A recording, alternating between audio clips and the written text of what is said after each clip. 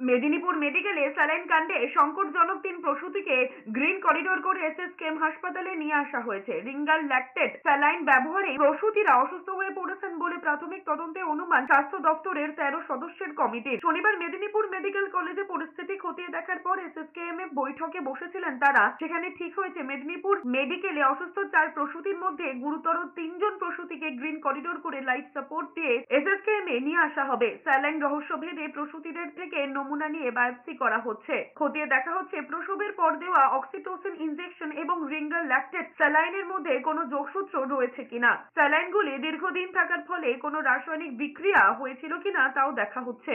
অন্যদিকে তদন্ত কমিটির সদস্য সৌমিত্র ঘোষ জানিয়েছেন শারীরিক সমস্যার কারণ শুধুমাত্র রিঙ্গাল ল্যাকটেড স্যালাইন নয়, অন্য কারণও থাকতে পারে। কারণ এই স্যালাইন অন্য হাসপাতালেও ব্যবহার করা হয়েছিল, তাই প্রসূতিদের ড্রাগ টেস্ট করা হচ্ছে। শুধুমাত্র সেদিন ওখানেই ব্যবহৃত হচ্ছে তা নয়, একই ব্যাচের স্যালাইন কিন্তু সেদিন এনআরএসও ব্যবহার হয়েছে, ন্যাশনালও ব্যবহৃত হয়েছে।